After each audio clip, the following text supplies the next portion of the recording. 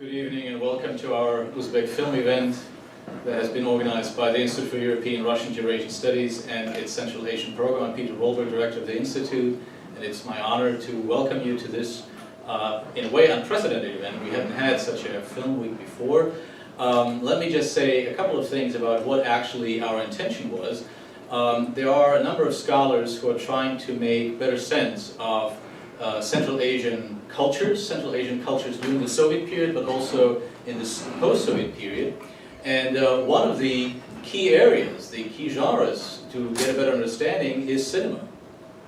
And so while the scholars who are working in this area are just few and far between all over the world, we all know each other, we all read each other's articles and books, nonetheless, to get a critical mass and get together and sit together and watch these films and discuss them and ask new questions about these films, that is something that was our purpose here. And hopefully this week will lead us and bring us a little closer to that goal. Let me also say something about the origins of Uzbek cinema. It is basically very typical in that in the 1920s, the Soviet center in Moscow tried to establish as many film studios in the national republics as possible. Of course, this is based on Lenin's concept that cinema is the most important of all arts for us, the Bolsheviks. The Bolsheviks did believe in the power of cinema, the power of persuasion, the power of propaganda. And so for a long time, these films were actually viewed and interpreted as propaganda, as a kind of state indoctrination of ideas that were not really natural. And in many ways, that is true also for Central Asian cinema. Many of the early Central Asian films, whether they are from Kazakhstan or from Kyrgyzstan or Tajikistan or Uzbekistan, they have a strongly anti-Islamic tendency. This actually lasted all the way into the 1950s. And so for a long time, this was the only thing that really interested scholars, you know, how propagandistic is it, or how non-propagandistic is this. It seems to me that today it is necessary to ask different questions, because in a post-communist, new market society environment, these films look different. And suddenly, a film like the one we are going to watch today really shows values and exposes values, reveals values that maybe weren't as prominent and as visible when these films were made and when they were first released in the 1960s. I also want to say that Uzbek cinema in particular is very self-sufficient. It was made for Uzbek audiences first and foremost, and it speaks to them. And to a non-Uzbek, it's sometimes difficult to understand what is actually going on and where the humor is and where the drama is. In some cases, in some films, it's very easy. In others, it is quite difficult. So some background knowledge is necessary for that. Let me also mention that there are a number of film artists who work in Uzbekistan who are not sufficiently known in film history and in cultural history. Starting with Nabi Ganiyev, he was one of the first native Uzbeks who actually made films in Uzbek. One of them is available on DVD, Tahir and Sukhra, which is a beautiful fairy tale-like film that was made in 1948. He lived only a very short life, and his children actually had a career in Uzbek cinema, but generally his career was not very long. And then you had a new generation of filmmakers, for example, Yuldash Agzamov, who was one of the celebrated directors in Uzbek cinema, and he's one of the cases where I have to say I watched films and I understand maybe 40–50%, and I'd like somebody who can be a cultural translator who tells me this means the following and that means the following. You also had directors such as Ali Khamraev, who made so-called Easterns, which is a variation of the Western. It's just that it takes place during the Civil War in 1920, 1921, when the pro-Soviet forces fought the so-called Basmachi, who were gangs, who were resistance fighters, we would say today, against the Soviet power.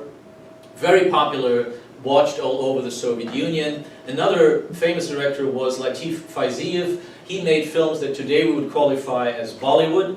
So these are films that are very melodramatic, that have music, songs in them, sometimes co-produced with India. And these films were hugely popular. They made a lot of money in the box office, not just in the Soviet Union, but outside the Soviet Union as well. There is an interesting director by the name of Ilyor Ishmuhamedov. He made in the 1960s romantic films. One is called Lovers. He later made a film which looks at the lives of these lovers, later Lovers 2. These were very popular. They are considered not Uzbek enough, but still very popular and very appealing to a young audience. So what we have in Uzbek cinema is a variety, a rich variety of styles, of approaches, and that shows you that this cinematography, this tradition merits further inquiry and merits a deeper analysis. And we are very lucky to have here with us today two representatives of the classical generation of Uzbek cinema and of the very young generation of Uzbek cinema, and there are about 50 years in age difference between them, and this is really kind of an amazing encounter that happens here in Washington, D.C. So our guest of honor is Mr. Shukhrat Abbasov. He's one of the classics of Uzbek cinema, who made his debut in 1960 with a comedy called The Entire Neighborhood. Mahala is talking about this. The Entire Neighborhood is talking about this. It's a comedy of errors, of several couples who are trying to get together against the resistance of their parents and so on. It was hugely popular and still is hugely popular in Uzbekistan. And then he made a really impressive film about Soviet history called Tashkent is a City of Bread. He made this film in 1969, and we wanted to show it today, but the subtitles are really in bad quality. We'll need to find a better copy to do that. When I reviewed it, I have to say, I was really shocked by the similarity of the images of the famine in 1921 in Russia, and all these crowds, thousands of people trying to get to Central Asia, to Tashkent, to find bread, to try to get on the trains and trampling each other, and the kids trying to get there, and the images that we see on the news today. It's absolutely amazing how Mr. Abbasov staged these scenes in that film of his. He had a prominent career. He had one of the highest titles in Soviet cinema, and he's also been a pedagogue, a teacher in Uzbekistan for many years. He's a professor. Many of the Uzbek directors today studied under him. So he's really someone who accompanied this cinema over more than 60 years in his career. And our other guest is Mr. Ayub Shahobiddinov. He's a young director. He's in his 30s. He has already made 7 films. And we will show his film tomorrow. It is called Heaven My Abode. It was successful at several festivals. It was made in 2012, and he represents the very young generation that is exploring Uzbekistan, exploring the mentality, the culture, the spirituality of Uzbekistan in a very different way. We also mentioned that we are going to show 2 more films, and these will be shown in our institute. Those who haven't been there, in the Elliott School building on the 4th floor, so that's a relatively small auditorium with about 40 seats. And on Thursday and Friday, we're going to show a film by Yusuf Razikov, who is one of the best Uzbek directors working today. He's in his mid-50s. It's a film about the impact of Islam in people's everyday life, and in a very unexpected, bittersweet, tragicomical way. It's called The Dance of Man, that we're going to show on Thursday. The same time, just a different auditorium. And then on Friday, we are going to show another film that's going to be Father, the latest film we have actually to offer here, made in 2014. Quite an impressive drama about the relationship between a disabled kid and his father. Very impressive, done on the highest standards, meeting the highest standards of global cinema and of global filmmaking. So I just want to invite you to consider coming to more screenings as well. Tomorrow, as I said, we will have Heaven My Abode, and then on Thursday, The Dance of Man, and on Friday, Father. And now let me ask Mr. Shukhrat Abbasov to come to the stage and say a few words about his film that we're going to show tonight, You Are Not an Orphan. This film really made a difference in the development of Uzbek cinema, in that it gave a very new interpretation to war. And of course, war is a topic that's very much on people's mind these days, and it has such a humanist approach that is featured in it, that I think it speaks about this topic of war, which seems so worn out and so seen so many times in a very new and very different way. And I think even after 50 years, 60 years almost, it has retained its freshness and its originality.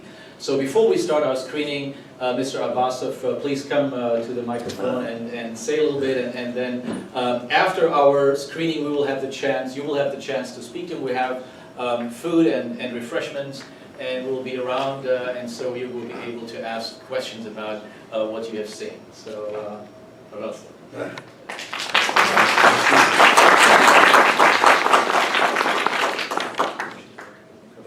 Позвольте в первую очередь поблагодарить вас за те добрые слова и такое уважение к узбекской кинематографии, такое знание нашей истории кинематографической. So I would like to say a word of thank you for this respect that you're showing to our Uzbek cinema and the knowledge that you are showing to our cinema. Да, и что очень приятно, что узбекский кинематограф и сегодня живет, развивается и ищет новые пути и в смысле кинематографического разрешения, в смысле философских, идеологических, социальных проблем. Есть серьезное кино у нас в Узбекистане. We're very happy that Uzbek cinema is alive and well today, and that there are new searchings and explorations in regards to social questions, philosophical questions, cultural questions, and we can say there is a serious cinema in Uzbekistan today. Я хочу поблагодарить от имени нашей делегации Ayub Shahobiddinov, наш молодой талантливый режиссер, наша гордость, надежда. От его имени, от имени моей дочери Стефании,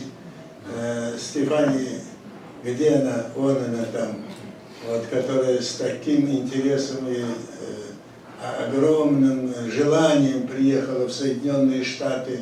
So I would like to say thank you also in the name of our delegation, Mr. Ayub Shahobiddinov, who is our young celebrity director, who is our hope, and also my daughter Stefania, who has come here with such enthusiasm and such joy to the United States. И я хочу передать от имени нашего объединения деятелей кино Узбекистана, от имени Узбек кино, от имени всех кинематографистов Узбекистана наши самые сердечные, добрые пожелания жителям и зрителям города Вашингтона. And I would like to convey our best wishes in the name of the Union of Uzbek Cinematographers, Uzbek Film Company, our best wishes to the inhabitants of this city of Washington. Да. Я человек, дитя войны. I'm an offspring of war. Мое детство прошло именно в те тяжелые годы Отечественной войны, мировой войны. My childhood actually took place during the years of World War II, of what is called the Great Patriotic War.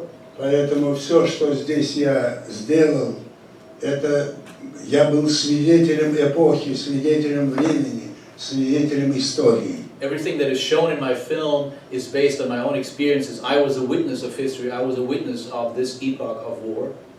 Да, и я в те годы не знал, о чем делать фильм, потому что мой фильм был очень популярный, первый, «Махалля Дадудуга». Это национальная комедия была, необыкновенно жизнерадостная, веселая. Я был молод, полон надежд, поэтому много юмора было у меня. И я сделал вот этот фильм об этом году. Он имел такой большой успех, ломали двери и окна в кинотеатрах. After my first film, which was a comedy, I was young and I was full of energy and joy. I wasn't sure what to do next. So this first film that I did, the entire neighborhood is speaking about it. The entire Mahala is talking about it. This was such a huge success, and people were actually pushing in the doors. So successful it was, and I didn't know what to do next. What kind of topic I should tackle next. И пришло время второго фильма, и я не знал, что мне снимать. Я перечитал все узбекские романы, беседовал с людьми, искал сюжеты.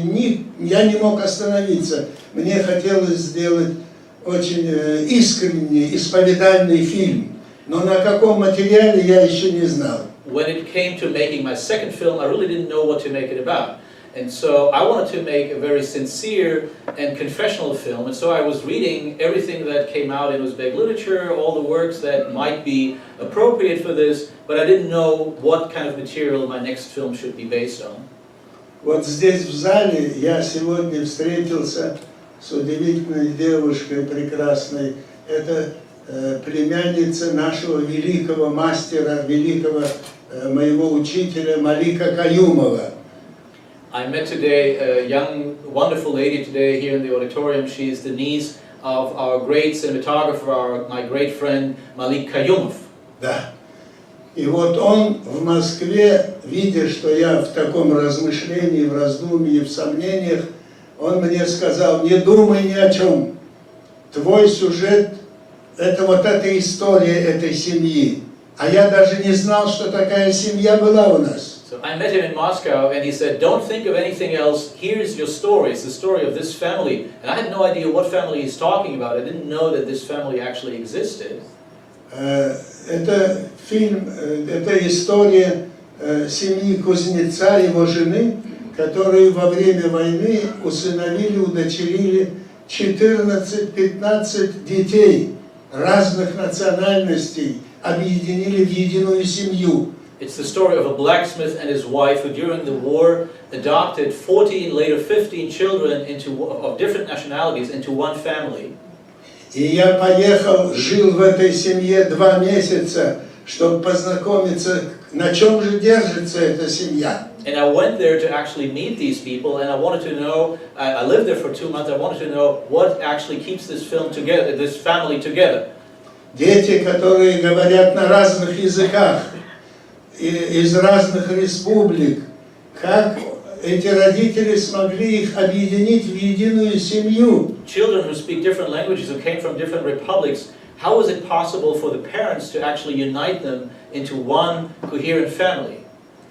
И самое интересное, что этот фильм сегодня необыкновенно актуален, когда идет такая миграция народов, бедствия, всенародные бедствия, разрываются бомбы, страдают люди, скитаются по чужим странам, бедствуют дети, и в этот момент вот должны найтись такие люди, как эти, чтобы их стать им родителями, чтобы обогреть их сердцем, теплом сердечным, и не дать им умереть и стать людьми. It seems to me that this film speaks to us today in particular because we have these global catastrophes, these enormous amounts of migrants, their children who need to find a new home, families that are torn apart, and we need to find parents like the ones that I'm showing in my film so that these children don't die and that they become human beings. Недавно у нас на одном мероприятии выступал посол Израиля.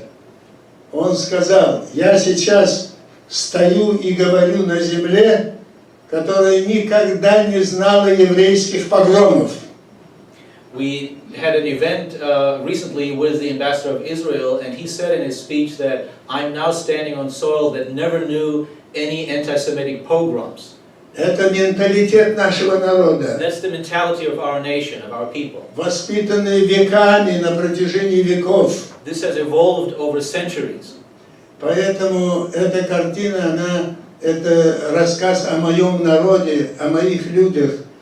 This is a story of my people, of my nation. Да, ну, картина обошла почти все страны мира. Сразу купила картину в первые же годы.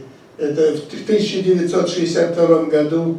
Сразу 33 страны. When the film was released in 1962, immediately 33 countries bought it and released it.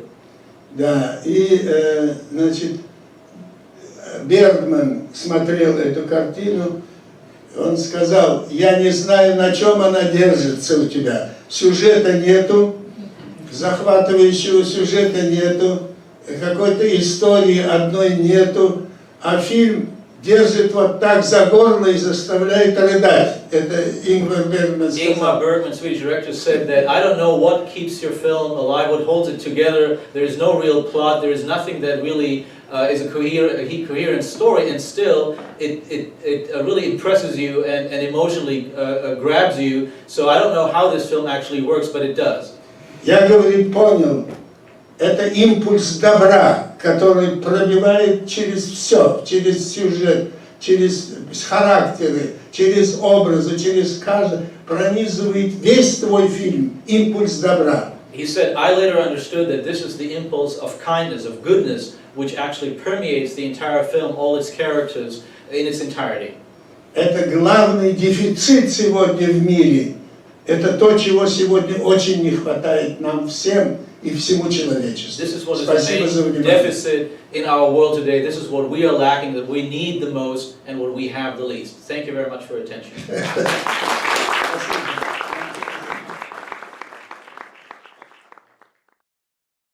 Uzbek Film Week here at George Washington University.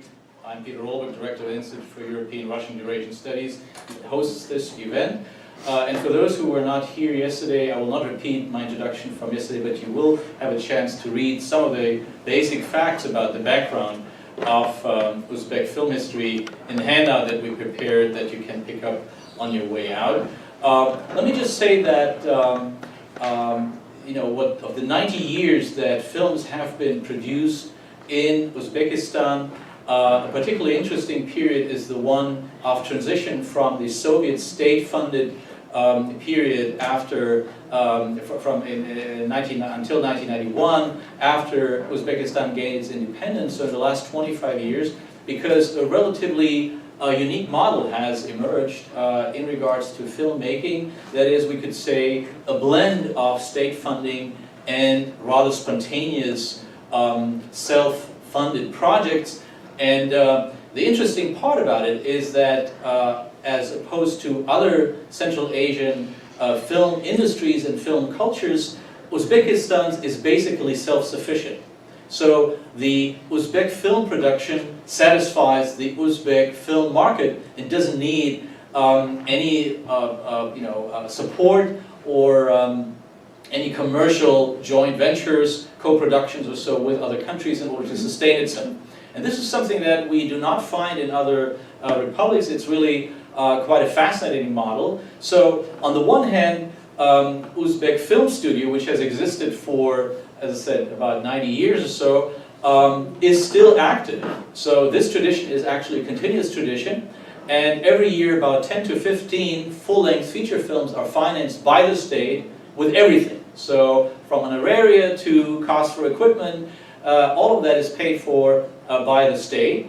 And these 10 to 15 films do not actually have to make a profit. If they bring in some $100,000, that's great, but they don't have to. The most important thing is that these films are of a high artistic quality and they can be sent to international festivals. And the hope is that at least one or two or three are maybe even masterpieces, or at least good and decent films. And then there is this spontaneous free market film industry that provides about 40 to 50 full-length feature films each year, and each costs between $10,000 and $60,000 and makes a profit. So these are films that go through a number of control mechanisms by the state, but the state otherwise has really no say in what kind of topics are dealt with in these films. And all that regulates it, the only factors are free market factors. So if viewers want to go see these films, then the film will bring in a profit. And of course, with the production cost that I mentioned, that's not too difficult. And if viewers don't want to see, then it flops. But there is a real interesting, we could say, mutual understanding between the film industry, this free film industry, and the Uzbek film audiences that like a certain type of melodrama, a certain type of comedy that is about Uzbek people. They like particularly good acting quality, high acting quality. So what you find in these films is often very artistic, very high quality performances, often by theater actors and actresses. So this coexistence of a state-funded, we could say, prestige film industry and a spontaneous market industry that satisfies regular rank-and-file viewers is a rather unique model, and it functions pretty well. So for a country with about 30 million inhabitants, this is a viable model, and it's one that, as I said, I find rather unique. You don't find it in Kyrgyzstan, you don't find it in Tajikistan or Turkmenistan or other Central Asian republics. One of the representatives of this new cinema is Ayub Shahobiddinov. He's our guest today, our guest of honor.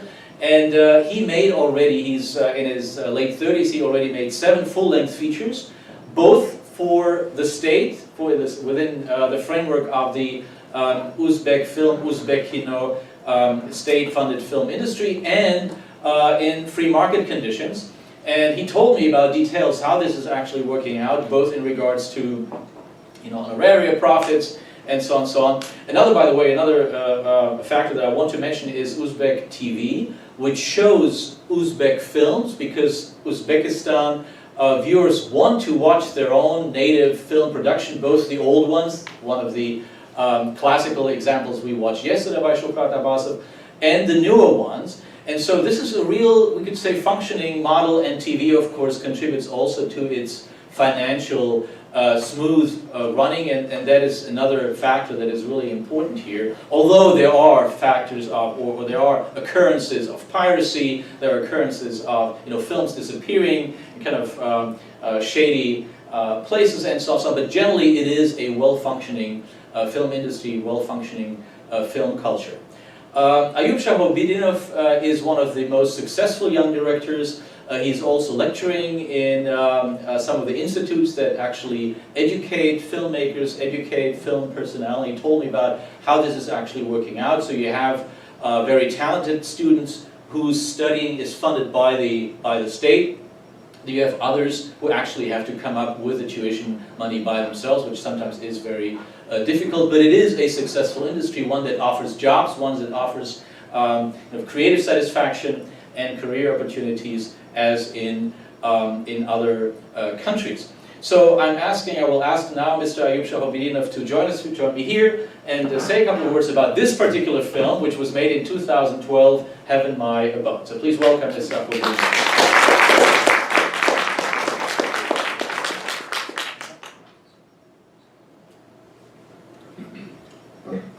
Ассаламу алейкум. Я очень рад оказаться в этом университете, потому что любое приглашение режиссера на такой показ – это ответственность. Это я действительно очень волнуюсь, потому что первый раз показываю за океаном, то есть первый раз я сам оказался за океаном. I'm very glad that I've been invited here to this university. Every time my film is shown, this is a great responsibility. I'm actually quite excited.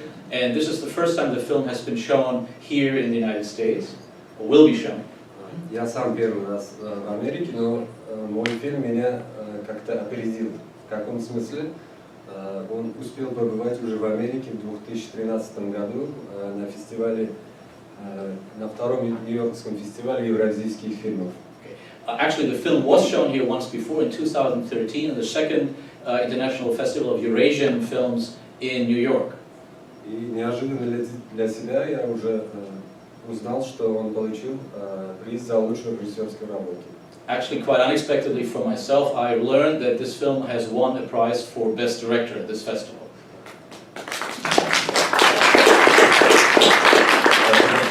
Еще один момент хотел уточнить. Этот мой фильм почему-то очень много раз приглашали на показы именно в университетах. Это для меня тоже очень неожиданно. То есть этот фильм показывался почти во всех университетах престижных Узбекистана, кроме этого в Кембриджском университете, даже в Америке, в штате Индиана, Индианский университет в Блумингтоне, по-моему, уже дважды показывали. Вот теперь университет именно Джорджа Вашингтона. Это тоже необычный для меня факт, когда очень много приглашений получаю именно с таких престижных университетов мира. One peculiarity about this film is that it has been invited to various universities. It has been shown and screened in all universities of Uzbekistan, but also Cambridge and some American universities as well. So this is one of the specifics of this film, that there has been such an interest in it, for example, at Indiana University. Ну, о себе чуть-чуть расскажу. Я родился в Ташкенте, учился в театрально-художественном институте 5 лет. Just want to say a couple of words about myself. I was born in Tashkent and I studied at the the Institute for Theatre and Arts for 5 years. Потом сделал небольшую дипломную работу за свои деньги, и эта работа, короткометражный фильм, участвовал в Казахстане на молодежном фестивале. And I made a film on my own money. For my own money, I funded myself. It was a short that participated in a youth film festival in Kazakhstan. Потом Узбекино решил нас отправить в Москву, и я 2 года учился на высших курсах сценаристов и режиссеров у мастера Сергея Соловьева. And then for 2 years I was sent to Moscow to Sergei Solovyov, the famous Russian director, at the supreme courses for screenwriters and directors in Moscow. Как вы сказали, это мой 7-й фильм, но он чем-то отличается. Он, скажем так, более, может быть, сложный фильм среди моих других фильмов. This is my 7th film, but it's a little different from my other ones because it's more complex than the other ones. Потому что, как я думаю, здесь жанры друг с другом переплетаются, и поэтизация есть, и реализм есть, и немножко мистики есть, и вот. There is a confluence of genres in this film, and so there is a little bit of poetic dimension. There's a little bit of mysticism in it. В целом, после фильма тоже, наверное, поговорим, но я сам хотел делать фильм про потребность очищения внутреннего и про духовную чистоту человека, которую надо оберегать и ценить. My intention with this film was to make something about inner spiritual purification, the need for spiritual purity, and I wanted to display that in this film. Главная героиня фильма в фильме не говорит ни одного слова, но я думаю, сам фильм и то, что она хочет, будет понятно. The main heroine of this film does not say one word, but I still think that her motivation and her character will still be comprehensible to you. And actually, I will say a couple of words after this film, so you will have a chance to ask questions if you so wish. Приятного просмотра, всем спасибо. I wish you a pleasant screening, and thank you very much.